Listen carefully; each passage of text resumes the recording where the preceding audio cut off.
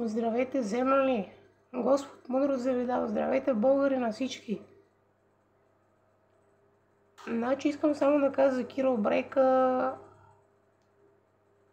Ако иска срещу мен да се изправи на някакъв телевизионен дебат, да речем в YouTube или в TikTok, само да не ме прекъсва, защото не иска някакъв тапана, нали, има 5 минути да говори с мене и да ме псува.